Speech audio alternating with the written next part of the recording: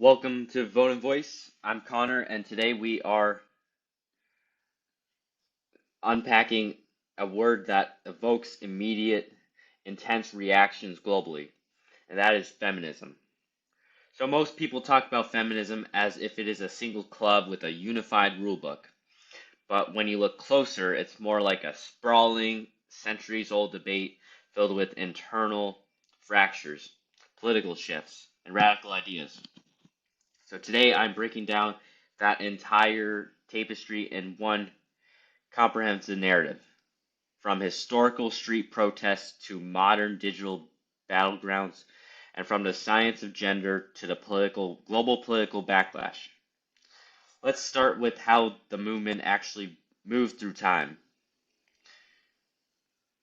To understand where we are, we have to look at the historical waves of Western feminism, which fundamentally reshaped the legal and social landscape, and the beginning of was to come. So the first wave took off in the late 19th and early 20th centuries, primarily across the Western world, and the mission here was basic: concrete legal recognition, as women wanted the right to own property, sign contracts, and most famously, vote. But women's suffrage didn't happen all at once, as New Zealand was the global trailblazers, granting women the right to vote in 1893. And European nations like Austria and Germany followed in the late 1910s. Yet elsewhere it took decades longer. Spain granted it in 1931, Colombia in 1954, Switzerland in 1971, and Kuwait didn't pass full voting rights until 2005.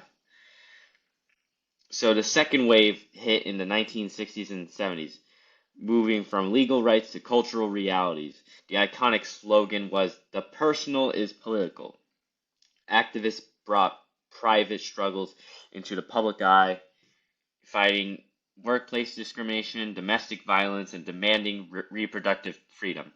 And this was the idea of the women's liberation movement. However, this wave had a blind spot and it overwhelmingly centered on the experiences of white middle-class women, and that friction birthed the third wave in the 1990s. And this era introduced the concept of intersectionality, it was defined by like individualism, punk rock, girl power, and rejection of rigid definitions of what a feminist should look like. And today, we are in the fourth wave, and this was an era powered by digital technology, social media activism, and just think about the global reach of the #MeToo movement, as it targets systemic abuse, workplace harassment, and toxic masculinity, while explicitly centering transgender rights in the complex ways gender intersects with race and class. So next up is the ideological splinters. And because feminism isn't a monolith, it has fractured into fascinating, competing political schools of thought. First, you have liberal feminism, and this is the mainstream approach you see in corporate culture. It doesn't want to change the system, but it wants equality within the system through tools like equal pay laws and corporate gender quotas. Marxist and socialist feminism completely reject this, and they argue that capitalism is the true engine of women's oppression. And they focus heavily on invincible labor and cognitive labor, the unpaid housework, childcare, and mental energy required to run a home, which keeps the capitalist economy running for free. Then there's radical feminism, which views the patriarchy itself as the fundamental enemy, and this branch argues that male dominance is deeply baked into society, leading to extreme variants like separatist feminism and political lesbianism, where women choose to completely disconnect their social, emotional, and economic lives from men. We also see ecofeminism, which links the exploitation of the movement to the oppression of women, arguing that patriarchal structures treat both women and nature as resources to be conquered.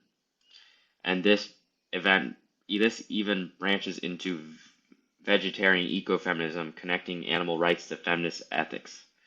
And finally, there are religious variants, as millions of women do not see feminism as secular, Islamic, Jewish, Orthodox, Christian, Mormon, and Sikh feminists actively worked within their respective faith traditions to deconstruct patriarchal interpretations of holy texts and advocate for female leadership.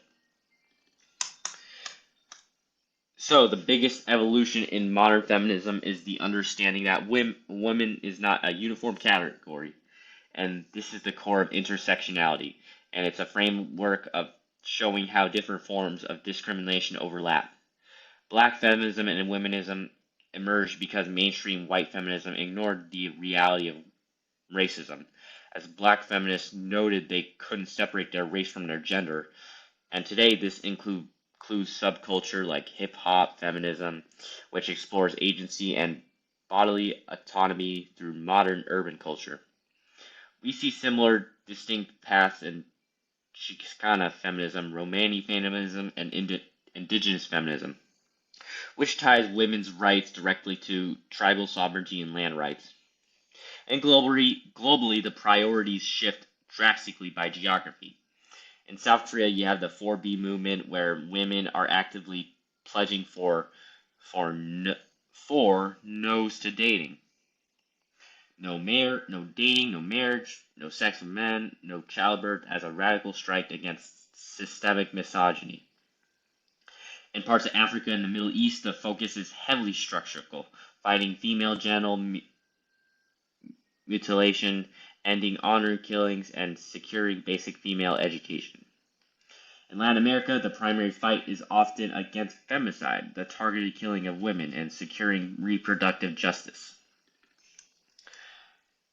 And then feminism also moved into universities, completely transforming how we look at knowledge and science. In philosophy, thinkers introduced standpoint theory, and that's the idea of that a person's lived experience gives them a specific valid authority on reality, challenging the concept of a totally neutral or objective male observer. In science, feminist critiques fundamentally changed medicine. For decades, clinical drug trials used male subjects as the default standard, assuming female bodies would react the exact same way.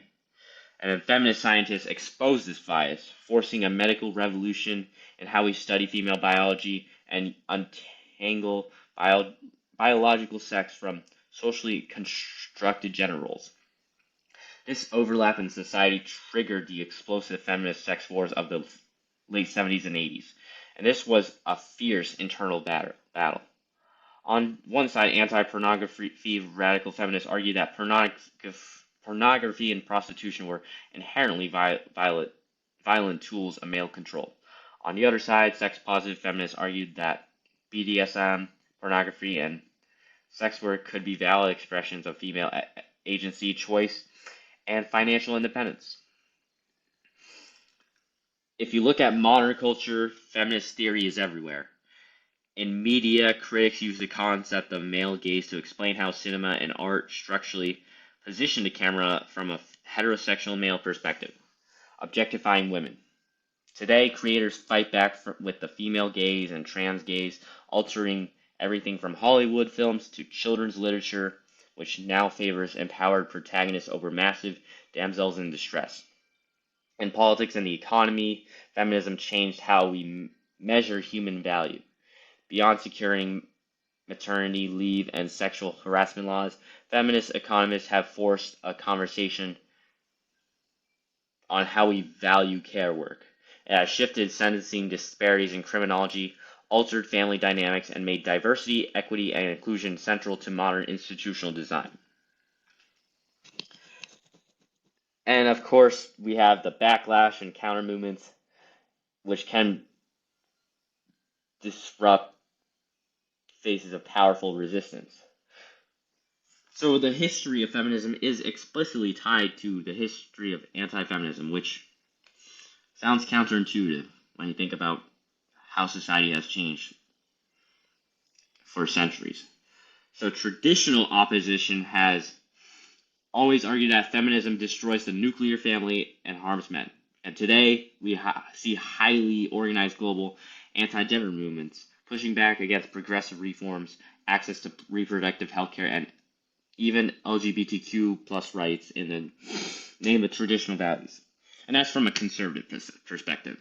And there are also political countervariants like conservative feminism or equity feminism, which support basic legal equality for women but reject the broader progressive and reproductive agendas of the left.